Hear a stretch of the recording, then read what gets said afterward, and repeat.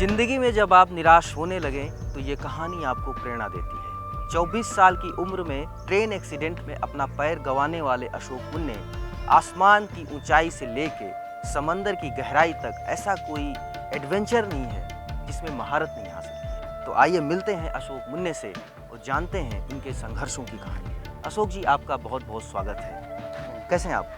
बस बढ़िया। आप युवाओं के लिए प्रेरणा है।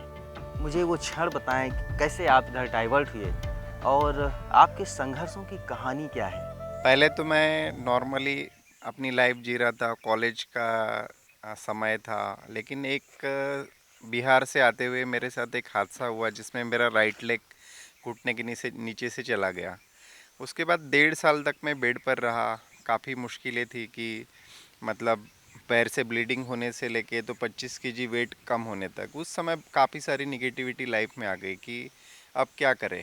तो एक समय ऐसा आया कि मुझे फील होने लगा कि मैं बोझ बन गया हूँ अपने परिवार के ऊपर, पैसे नहीं है, कुछ नहीं है।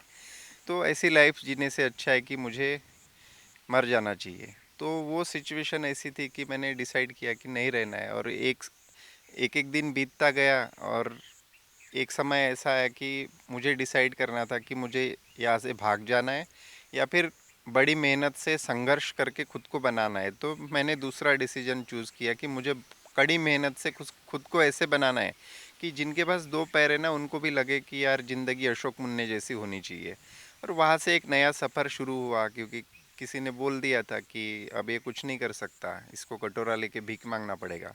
तो वो सिचुएशन ऐसी थी कि उस समय मेरे दिमाग में एक ही थॉट चल रहा था भगत सिंह का, कि ज़िंदगी तो अपने दम पर जी जाती है, दूसरों के कंधों पर जनाजे उठा करते हैं। और वहाँ से मैंने खुद को काबिल बनाना शुरू किया। तो मैंने प्राणायाम से मेरा सेकंड स्टेज अस्थमा ठीक किया। उसके बाद मैंने अलग अलग जयपुर फूड यूज़ किए। और वो 6 जयपुर फूड तोड़ने के बाद मैंने कुछ एक दो पहाड़ियाँ चढ़ी बड़ी, करसुबाई हो गया और हिमालय हो गया। तो ये सब चढ़ने के बाद काफ़ी अच्छी कंपनियों ने सपोर्ट किया। तो मीरा शिखर चढ़ने के बाद ऐसा हुआ कि पहले मैं ड्राइविंग का जॉब करता था। तो ड्राइविंग करते करते 1 साल में ऐसा हुआ कि एवरेस्ट के बाजू में जो पीक है, मीरा पीक, वो मैंने क्लाइम किया। और क्लाइम करने के बाद जो लड़का 2012 तक ड्राइवर था, उसके बाद रातों रात वापस आने के बाद एक कंपनी का ब्रांड एम्बेसडर बन जाता है। जब पैर नहीं रहा तो आप कैसे उसका इलाज करने के लिए जो पैर लगवाने के लिए उसको आपको कैसे आगे करना पड़ा और पैसे वैसे कैसे जुटाए? एक्सीडेंट के बाद सिचुएशन ऐसी थी कि गांव का घर भी गिर गया था। तो उस समय हम यही घर जो है हमारा, यहाँ पे गाय का गोठा हुआ करता था, तो यहीं पे हम रहते थे। और फिर यहाँ शिफ्ट हो गए, 6 महीना हम यहीं पे रहे। और इसके बाद जब फाइनल ऑपरेशन हुआ तो सबसे पहला जो फूट है वो मेडिकल से लगवाया 150 रुपये का। उसके बाद महावीर आर्टिफिशियल लिम्ब का जो फूट है वो लगवाया, वो 500 रुपये का था। और उसमें मैं प्रैक्टिस करना शुरू किया कि मुझे कुछ करना है लाइफ में। तो फिर ऐसे अलग अलग 2-3 फूट लगाए, वो टूटते गए। 6 महीने में मैंने 6 फूट तोड़ दिए।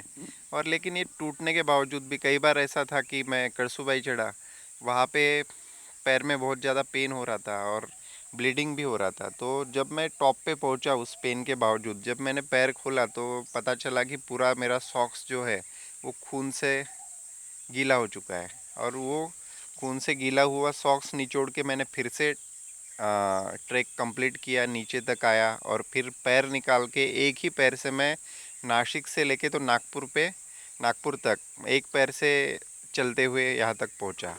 तो ये मुश्किल भरा दौर मैंने फेस किया। और उसके बाद ये हुआ कि एक बड़े कंपनी ने मुझे बहुत अच्छे क्वालिटी का पैर ऑफ़र किया और एज ए ब्रांड एम्बेसडर उस कंपनी में ले लिया।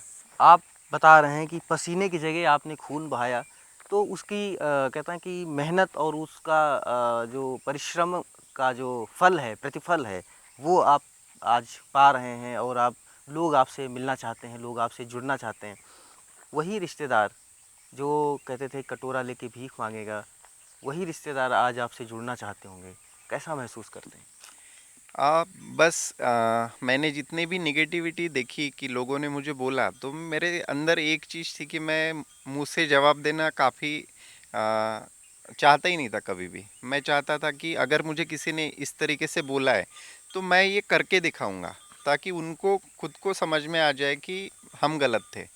एक बार ऐसे ही हुआ था कि एक बहुत बड़े डायरेक्टर है नागपुर के एडवेंचर के, उन्होंने बोला था कि मैं गया और उनको बताया मेरा सपना है एवरेस्ट चढ़ना और ये सारी चीज़ें करना। उन्होंने मेरी हालत देखी, कंडीशन देखी और ड्राइविंग का मेरा जॉब था। उनको लगा इसके पास तो कुछ नहीं है और कुछ बड़ा एजुकेशन भी नहीं है इसका, क्या ही कर पाएगा। तो उन्होंने मेरे लिए एक लाइन बोली थी, बेटा बोले गाना गाना आता नहीं, किशोर कुमार बनने चला। तो वो सीन ऐसा था कि मैं समझ गया इनको बोलना क्या है मेरे बारे में। वहाँ से मैं लौटा, फिर मैं किसी इंस्टीट्यूट में नहीं गया दोबारा कि मेरे को कुछ सिखाओ। फिर मैंने दोस्तों से मदद मांगी, नागपुर में जो नए दोस्त बने थे, जैसे डॉक्टर विजय हो गए और भी बहुत सारे। तो इन लोगों ने मेरे को बहुत यूट्यूब और अलग अलग चीज़ों से गाइड किया। फिर मैंने खुद के बदौलत खुद को इतना काबिल बनाया कि मैं आधा आधा घंटा एक हाथ पे लटक के रहता था। तो ये सारी चीज़ें उसमें हुई और 1 साल के अंदर अंदर मैंने, जो इंस्टीट्यूट के डायरेक्टर ने मुझे बोला था कि गाना गाना आता नहीं किशोर कुमार बनने चला, उन्हीं के सामने 1 साल बाद मैंने ऐसा अवार्ड लिया कि वो सामने बैठे थे और वहाँ पे मैंने ये सेम किस्सा रिपीट करके बताया। तो जब भी मुझे किसी ने निगेटिव किया ना, तो मैंने उस चीज़ को एज ए चैलेंज एक्सेप्ट किया। जब आपने चुना कि आप ड्राइविंग छोड़ करके आप एडवेंचर में जाएंगे, हाँ। उसके लिए संसाधन जुटाने होते हैं, उसके लिए क्या-क्या प्रयास किए? शुरुआत जो थी 2012 में जब मैं नागपुर गया, तो मेरे को जो पैसे का ये था कि जुटाने हैं, तो शुरुआत में मुझे पता नहीं था स्पॉन्सरशिप और ये सारी चीज़ें।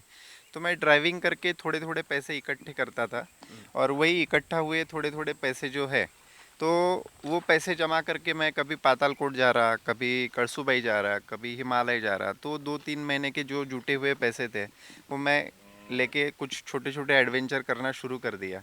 और वो एडवेंचर करने के बाद में सीन ऐसे बदला कि लोगों को पता चलना शुरू हो गया कि यार ये लड़का एक पैर से ये सब चीज़ें कर रहा है और इसके पास कोई बैकअप नहीं है, गाड़ी चलाता है।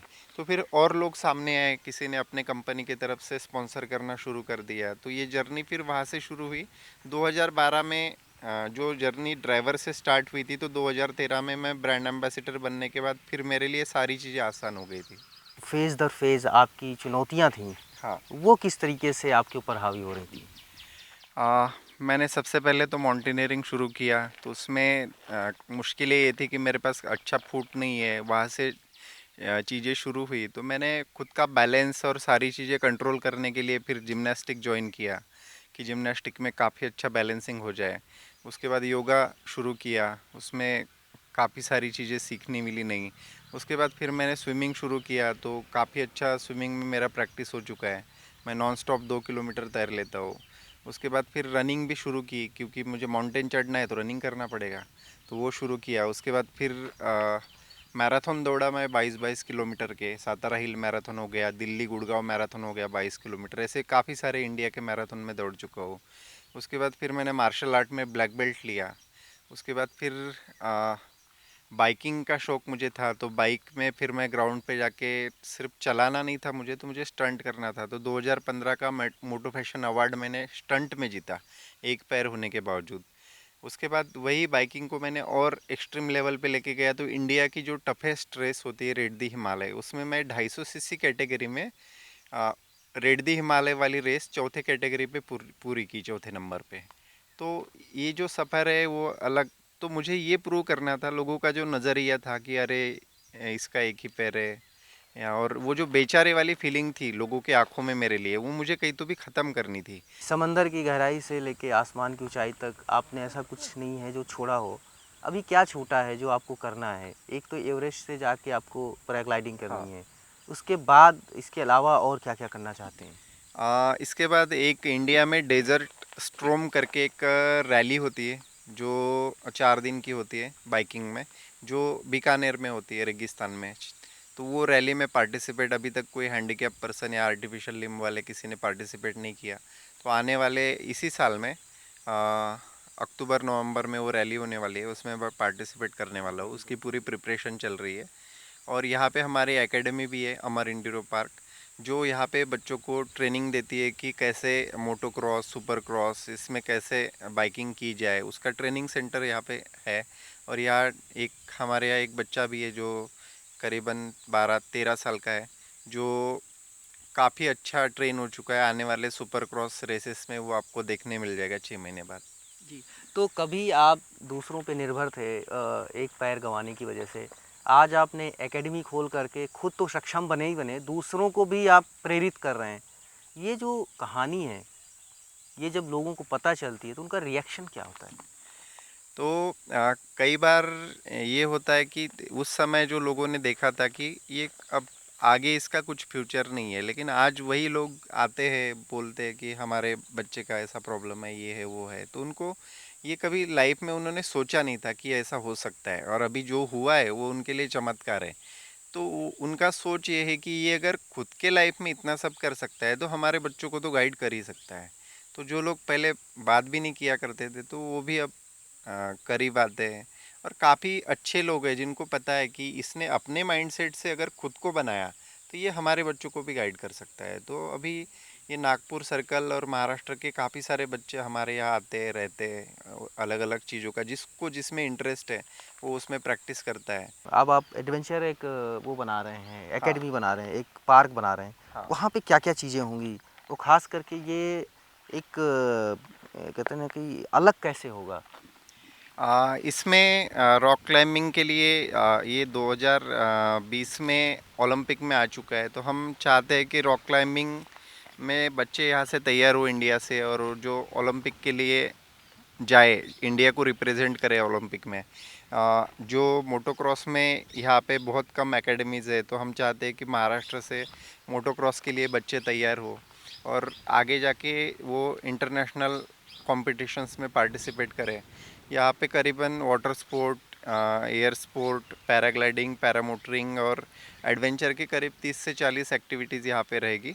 और ये जो अभी सब कंप्यूटर और मोबाइल में जो बच्चे टाइम खर्चा कर रहे हैं बहुत ज़्यादा, और जैसे सब्जी में नमक की ज़रूरत जितनी होती है उतना ही डालना चाहिए, वैसे ही इंटरनेट और जो मोबाइल लैपटॉप की ज़रूरत उतनी ही है ज़िंदगी में जितनी आपको ज़रूरत है। अब ये जो टाइम वेस्ट हो रहा है उसके वजह से बच्चों का जो हेल्थ है वो ख़राब होते जा रहा है। तो उस उन सारी चीज़ों को ध्यान में रखते हुए हमने इस एडवेंचर एकेडमी को डिज़ाइन किया।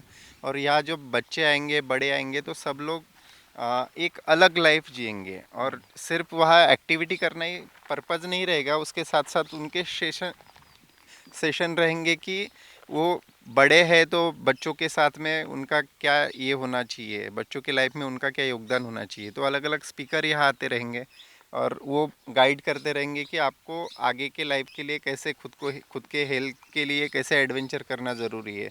जो ट्रेकर इंसान है वो आप देखोगे कि कभी अटैक से, किडनी, कोई भी ऑर्गन फेलिवर से उसकी डेथ नहीं हो सकती। तो अभी ये छूट चुका है, ग्राउंड बच्चों का छूट गया है, कम उम्र में बहुत सारे प्रॉब्लम शुरू हो गए हैं। तो इसीलिए इन सब चीज़ों की ज़रूरत आज महसूस हो रही है। पहले हर जगह ग्राउंड थे, बच्चे खेलते थे बहुत ज़्यादा, तो तब एडवेंचर एकेडमी की ज़रूरत भी महसूस नहीं होती थी। तो ये हमने जो गैप तैयार की है उसी को भरने की कोशिश है, एडवेंचर एकेडमी और ये सारी चीज़ें। तो ये अशोक मुन्ने की कहानी थी कि आपने देखा कि कैसे एक लड़का जो 24 साल की उम्र में सुसाइड करने जा रहा था, वो आज ब्रांड एम्बेसडर है कई कंपनियों का, एडवेंचर्स का एक एकेडमी बना रहे हैं, एक पैराग्लाइडिंग से लेके स्कूबा डाइविंग तक, उस सब में उनकी महारत हासिल है और काफ़ी कुछ करने की आगे तमन्ना भी है। तो जो एक पैर से काम करते हैं, इन्हें one leg wonder of India भी कहा जाता है। इनको किसी पहचान की आज मोहताज नहीं है, इन्होंने सारा कुछ अपनी मेहनत के दम पे हासिल किया है। मनीष मिश्रा, गाँव जंक्शन।